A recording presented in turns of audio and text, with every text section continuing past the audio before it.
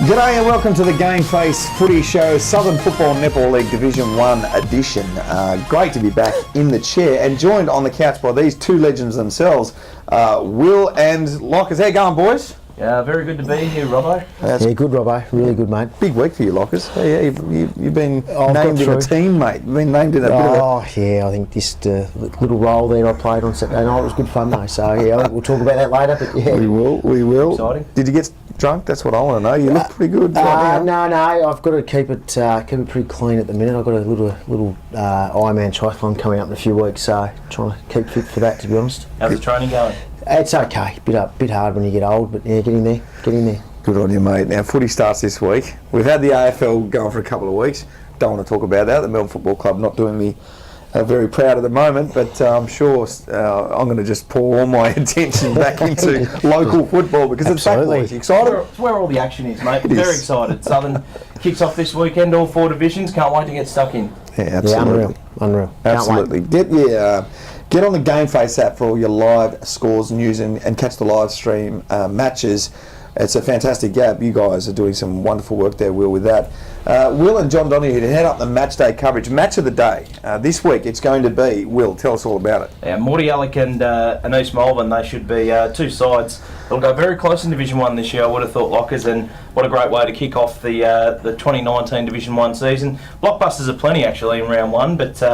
yeah, very, very big game down there at Ben Cav. Yeah, absolutely. Only 200 metres from home, so I wandered down and have a look at that one also. Yeah, it'd be a great indication. Both teams had a really good pre-season. I've actually watched them both in the last month, and yeah, it would be probably too close to pick at this stage. Contrasting styles. East Melbourne really quick, move the footy well. Morty, real grunt, power, big-bodied midfield. So yeah, it'll be a good game. Absolutely. Football's getting very professional right across the board. Obviously, we know that the AFL, the VFL following suit, but you go all the way down into the suburban and even out into the country, and you see coaches just trying to keep up.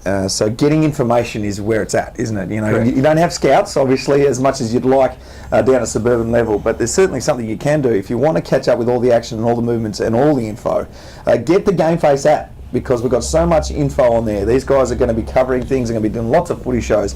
And you can get on the SFNL group, the group chat. Leave your own chats and post comments and just catch up on everything. Something else that's happening is the interleague game. That happens pretty quick off the top of the season. You've got to choose it pretty quick, don't you? You don't get to see much football. How do you do that? That's a question for Lockers, I think. Yeah, just go watch practice games. Obviously speak to a lot of guys that I know from each club. This year it's a little bit different. Only really going to be Division 1 players involved because other divisions, because of the draw, are actually going to be playing on the same weekend. So, yeah, I've seen 3 or 4 clubs train at least. I've spoken to a lot of guys. A couple of the assistant coaches are involved at Clubland still, so obviously use them to help pick the side. And yeah, look, we'll have a look round 1 and then probably name a squad mid next week to start training not long after. In the AFL, we know that the old state of origin died because the players couldn't commit and they wanted, they didn't want to get injured in the state of origin and commit to clubland. Do you find that vibe now that football's getting more professional? And Will, you can answer this too. With it getting more professional at suburban level, country level, do they hold back a little bit? They have in the past, no doubt. And look, you can understand it with some guys. We do try and pick, without picking a young squad deliberately or anything like that, there's some guys that you know by name and reputation are probably good enough to be in the squad, but due to age and commitment, where they've maybe played footy before, you just chat to them. And really, you don't want someone playing if they don't want to be involved. So the last 2 or 3 years, as we've gained momentum and won a few games, the buy-in's been terrific, and I suspect it'll be this year. It's picking good leaders from a couple of pretty key clubs to get them on board first. They get on board, and then you find players follow. And I think on top of that, and it's a testament to Lockers, he's created a very good culture within the SFNL interleague group, and it's now a team that players from all around the league want to be involved in. And yeah, if the bus ride back from Bort last year was any indication, Lockers, I think we'll have a pretty good buy-in again this year. Yeah, we might just have to do a few laps of Sunbury, just make the bus trip a little bit longer, because yeah, Bort was a long way, but it was good fun on that bus, no doubt. Plenty of toilet breaks on the way back, I hear. Speaking of great clubs, Chelsea Heights, they celebrated the team of the 50 years the other night, team of the decade, 2019 to 2018. Of course, Ben Lockwood was named the coach the team of the decade. Lockers, mate, congratulations. Thanks, Robbo. Yeah, it was a bit of a surprise, to be honest. Didn't expect. I went along to the night not expecting any accolades. Sort of went there to, a few of the guys I coached, Jaden Addard, Phil Matheson, Geordie Perryman, they got named in the 50-year team. It was more to wish them a good night and everything like that, and I think Big Phil Smith made it also. So yeah, it was a bit of a surprise when I got named the coach of the last decade. So yeah, great honour, really good night. Plenty of the old guys were there from the the 70s and 80s. Couple of good players. A few of them have put a little bit of weight on, a little bit of poundage, but they had good fun. It was a good night. Who was best on, do you reckon, on that night? A couple of the Chelsea Heights players don't mind a drink? Yeah, there's a few of them are pretty good at it. So Brad Gilder was quite entertaining, same as Jaden Addard always. He's actually got a alias as Frank, and I think towards the end of the night Frank was... Every club's got a Frank the Tank. Frank was bordering on making an appearance, but no, it was good fun. A couple of the old guys, they always enjoy themselves, trust me, so they were... when the theme song broke out, they were leading it with great gusto. So the team of the 50 years gone by, the big show at full forward. Talk to me about that one. Phil Smith, well, he actually trained the other night. Phil would be only about 32. He's probably 100 and... I'll get this wrong and he'll ring me. And he'd be about 115 kilo. He's a man mountain. Yeah. He didn't play last year, had the year off. There's talk that he'll play again. He can play full forward ruck. He's a colossus of a human being. Good biggest fella. hands in the Southern Footy League. Really? Good player. No doubt he kicked. I think the top of his powers. He was kicking 80 goals a year and probably playing 20-30% of the time in the ruck as well. So yeah, really good player. Hopefully he plays a game. If he doesn't, he definitely had a great career. Very impressive effort. Will, you got down and caught up with a special guest this week, and this is something that we're going to be doing every week on the GameFace SFNL Division 1 show. You interviewed Jack Worrell from the, who did we get? With the Cheltenham Rosellas. Jack Worrell's the captain. How was it? Very good. Obviously they've had a few big signings, the Rosellas, for 2019, and everyone's very excited about it, and I went down to chat to Jack at the recent SFNL meet today, and just to find out what the mood's like at the club.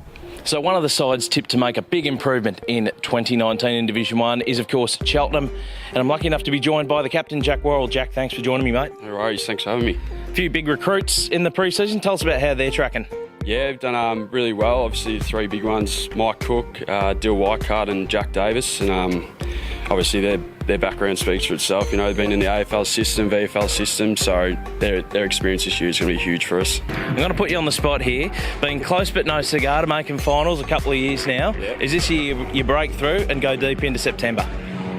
I hope so. I think this is like what I've said, with who we've picked up and the players we've kept. This is will be our best side for a long time. So we've just got to put the hard work in, and like I said, hopefully we do go deep into September and can have a real impact on it. So this year with our shows, we're going to be bringing you a few segments. Here are a couple of them. Coach of the Week. It's not necessarily the best coach, the best coach team of the week.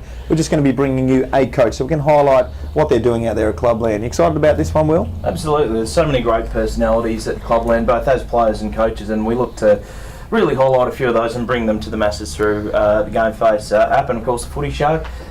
Pretty exciting. Yeah, Lockers, you'd be all over the team of the week because you're going to be choosing the obviously the interleague team, but you've got to cast an eye over the whole lot, don't you, being an opposition coach? Yeah, absolutely. So yeah, every week we'll come up with the best six backs, best six mids and best six forwards of the week, and probably throw a couple on the bench. Probably a bit unlucky to burn the starting 18, but yeah, we'll get around and do that each week, and I think name it each segment each week, so it'll be good. It'll be fantastic, and obviously we copped a fair bit of criticism for that top 35.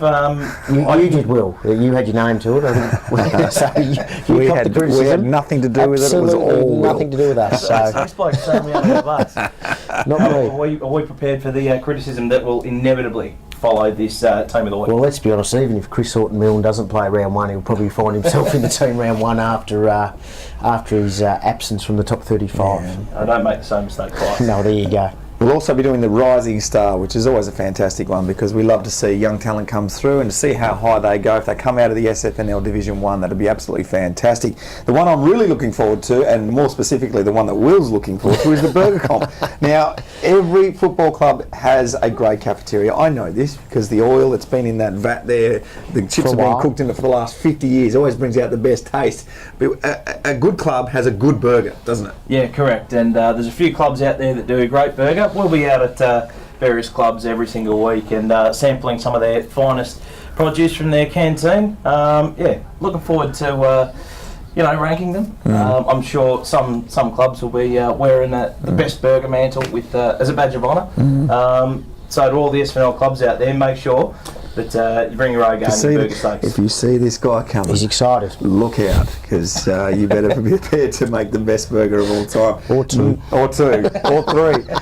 One of the best things about going to the football as a junior was getting that bag of chips or the bucket of chips with a sauce and a Coke, and you'd watch a great game of footy. Football's back and I can't wait. Let's have a look at the season ahead, guys, in Division 1, because Hyatt's the new team in there. How are they going to fare against that mob? I'll let you kick this off.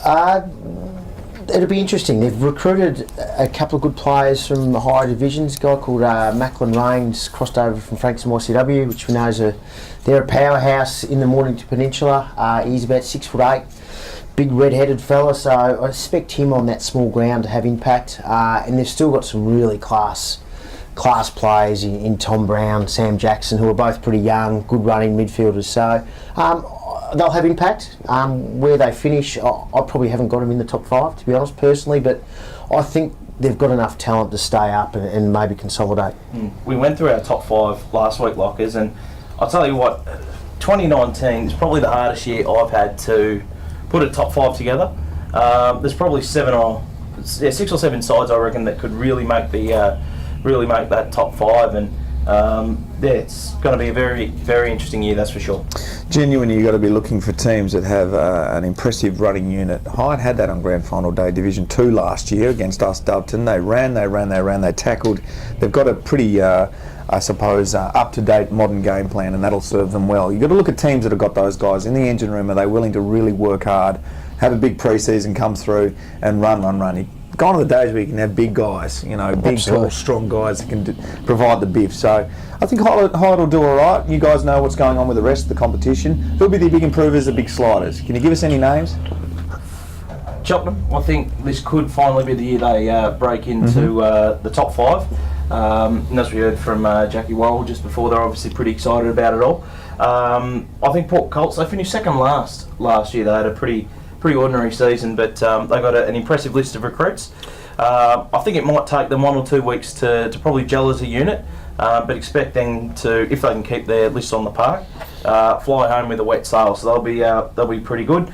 And of course, your Morty Alex and your East Malvern's going to be tough to beat as well. And Dingley's always up there, and not even mentioning St Paul's, it's going to be a pretty interesting year. What are your thoughts? You named them all then, mate. What about the sliders, Lockers? Sliders, look, Bentley have lost a lot of experience. Scott Laurie, who's one of the best players in the comp, has been for 10 years, has finally retired down to Sorrento. He's not going to make the drive up the freeway to play this year. Big loss for them. And Sam McGarry's also retired. I think he's won three or four BNFs at Bentley in the last probably 5 years. So those two out are massive outs. You just don't replace those guys overnight. So question marks on Bentley. See how they go. And I don't think there'll be sliders. St Kilda City's always a watch. They were probably second half last year. They slid a little bit. Be interesting to see how they go again this year. They could prove me wrong and be up there again, but I sort of think they may slide a little bit as well. Well, you've got to give me one, boys. You've got to give me one for the premiership favourites. So we're going to look back on this video at the end of the year and say, well done, you picked it. Who's going to, for yours, take out the honours this year, Division 1? East Malvern. East Malvern? I'll get in trouble given I coached East Malvern recently, but I'll actually say St Paul's will go back to back. They've got something different, which is real speed, so I'm not sure the other sides have got that real absolute burst of speed, and they have, so I'll say they'll go back to back. All right, you heard it here first. If you're a betting man, follow these guys. All right, upcoming games. It all kicks off. I'll let you talk through this, boys. The first game, Port Colts versus St Kilda City, Friday night. Bird Cup, Marcel Bouchard. Yeah, massive game. Port Colts and St Kilda City, the traditional rivals down there. Obviously harking back to the old 1980 South East Suburban Grand Final, which turned out to be a bit of a bloodbath. I think the side's getting on a little bit better these days, Lockers. A little bit, slightly better, but it'd be a good crowd down there on a Friday night at Port Melbourne. A couple of wharfies off the dock having a pot or 2 or 10. So interesting crowd. Yeah. I think Port Colts on their home ground. Lindsay Gilby will play, I think. Obviously he's going to be dangerous ball in hand, so I think Port Colts will win that one. Right. An impressive list of recruits, and obviously you mentioned it as well, Robbo, for the Bird Cup in honour of Marcel Bouchard, who former player at the Colts, passed away through I think brain cancer several years ago, and obviously a massive event for the club, and any Port Colts supporters, I recommend you get down there on a Friday night, prime time, Robbo. Nice, I love it. Talk about prime time. Match of the day, Morty versus East Melbourne. Talk me through it. Big game, 2 clubs that I think will go real close to the premiership this year. Morty Alec, a lot of big bodies in that midfield, and East Melbourne a little bit different, a lot more sort of, I guess, silky skilled, but I can let sort of Lockers talk about East Melbourne in that space. Yeah, I went and watched them Saturday. They were pretty impressive against Bo Morris. I've watched Morty in a couple of practice games. They've been equally impressive. So yeah, close. I expect a close contest all day. Not sure what the weather conditions are going to be. Yeah, real close one to call. I'll maybe just go East Melbourne in a real close one. I might go Morty at home. I think they're tough to beat on that big deck, but don't think there'll be too much in it come the final siren. Right, well, Will, you like Cheltenham this year. They're going to be playing Dingley, a big improvers, always a good game. Yeah, there's never really much between these two sides. Dingley probably had the wood on them. Cheltenham have always got close but haven't really been able to knock them over. If their big name recruits can really get a stranglehold through the midfield, they'll go really close to knocking off Dingley, who are always one of the sides to beat in Division 1. I'll go Dingley in this one. I just think from my track watchers, they've got a couple of their absolute stars up and flying, guys like Lucas Wamsley. I wouldn't be surprised if Lucas Wamsley actually goes and plays a run with role on Mikey Cook. We'll see how we go. Dingley for mine as well. Be a fantastic game. That's almost 2 matches of the day. Hard to choose between those 2 big blockbusters. Hyatt versus Oakley District, boys.